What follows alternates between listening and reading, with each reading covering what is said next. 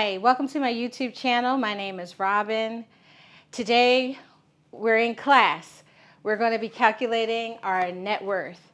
Our net worth is a fundamental concept. It is key to determining your financial health, and it's the simple calculation of determining your assets minus your liabilities, and it will assess your financial health. And it is the precursor to determining generational wealth. All right, class is in session. Feel free to take notes. Assets. What are assets? Assets are the things that you own,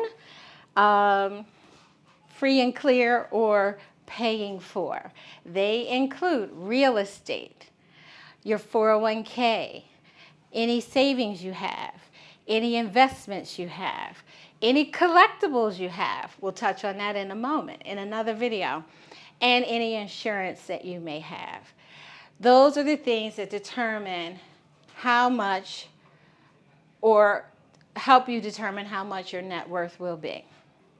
The second portion of the calculation are liabilities. Liabilities are the things you owe money for. Sometimes it could be vehicles, it could be credit cards, it could be home equity line of credit. It could be even mortgages on property that you are purchasing. So we're going to do a couple of simple calculations today to compare two people, Sally Sample and Jane Doe. All right, so follow along. Let's get started. We have Sally Sample and Jane Doe, and we're going to compare their net worth with today's example. Real estate, savings, investments, 401k, collectibles, and insurances. All are calculations as far as assets are concerned. Your liabilities are any mortgages you have, home equity lines of credit, auto, or you own a boat or RV vehicle, and credit cards are the typical ones. It could be more, but these are typical ones in the average household. All right, so in this case, Sally Sample owns her house, and she also owns her mom's house. All right, so for case of example, let's just do average American economy. A house, number one, is worth, let's say, $150,000. Just keep it simple. We're not over there in La La Land with the $1 million properties yet. All right, so maybe that's Sally's mom's house. Sally has a typical house, and hers is worth $100,000. Okay? You with me so far?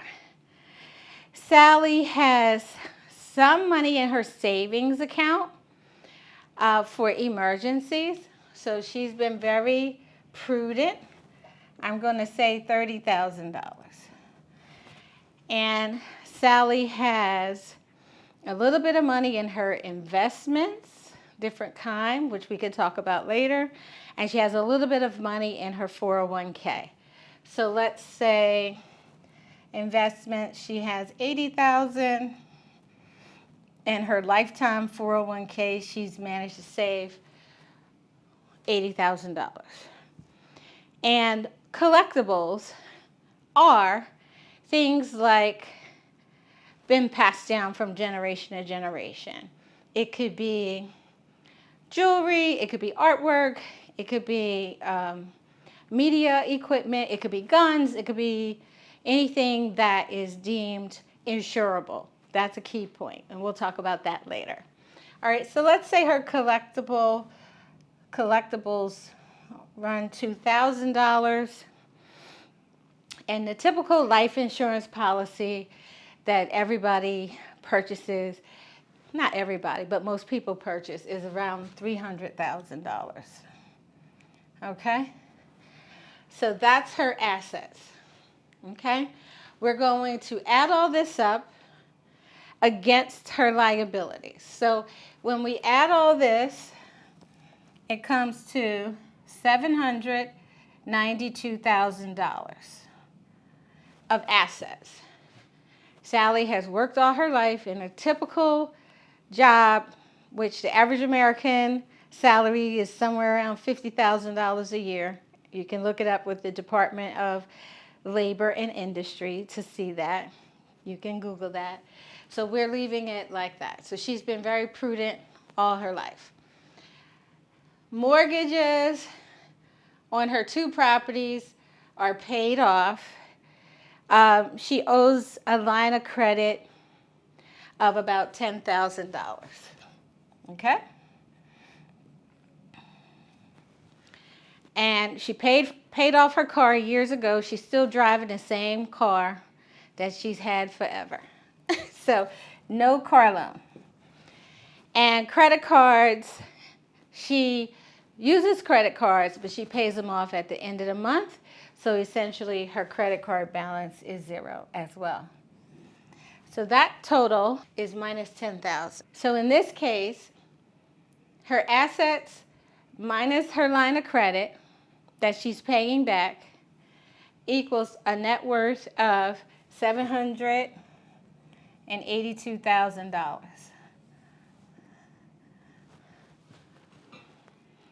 So that doesn't mean necessarily that Sally is cash rich.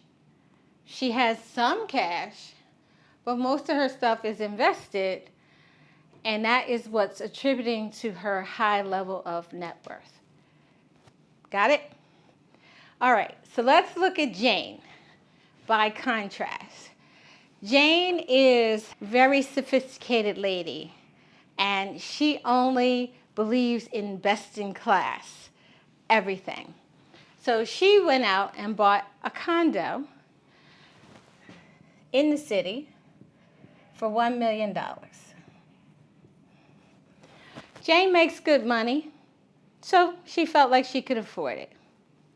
All right, that's nice. Let's round of applause for Jane.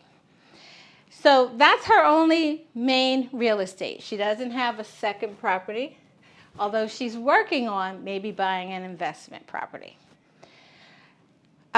She has a 401k savings.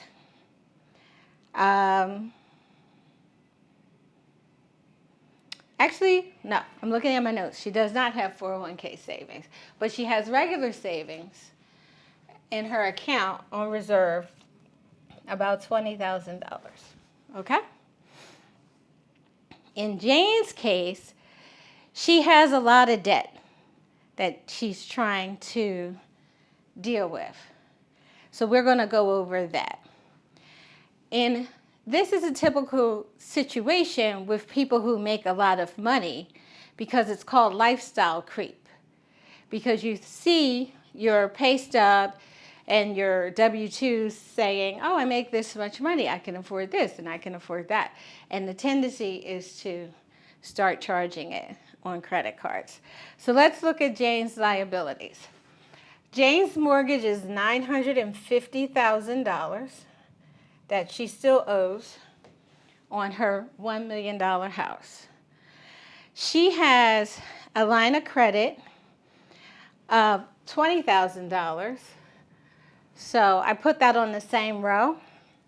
I'm just going to add it so you can see it. She has she can't be in this fancy house and not have a nice car. So she has a very nice vehicle, and she owes a balance of $30,000 on her, what does she have, an Audi? What do you want? Tell me. Whatever you have, $30,000 owed on it. And then she has credit cards of $15,000, which is not bad for somebody that has a large salary. But it can sneak up on you. That's the key. So we'll talk about that. So when we do the math, $950 plus $65,000, I just did that. $1,015,000. And this is $1,020,000, right? Did I do $1 million property? $20,000 in savings is $1,020,000, right? 1,020,000, 1, 2, 3, right? and then you subtract these. All right? You see the difference? That's called lifestyle creep. Credit cards and all these other accoutrements that we feel like we need in America and all over the world to make ourselves look fabulous. These things can come and eat away at your net worth. So the key here is a couple of things. She loves her fabulous house, that's fine. Eventually it's going to increase in value, you hope, depending on the economy and the market. But her key thing is to really pay down a lot of these things and not just make payments. Pay them down. Once they're paid off, then her net worth will rise to the level of Sally's. So Sally's still driving her old car, no debt, keep it gassed up, keep it clean.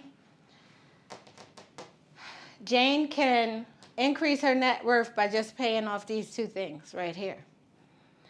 And you could do that through acceleration. We can talk about that on another video. So let's wrap it up to conclude. I don't want to keep repeating myself, and feel free to look at the example or, book a call if you want to go over things. Sally versus Jane. One's living modestly and one's balling out, and it affects your bottom line, your net worth. So thank you. That concludes today's video on calculating our net worth. What did you think about the video? I hope it helps you with taking control of your financial future. Let me know in the comments if it helped you. If you also need to contact us, our information is in the description box below. See you next time.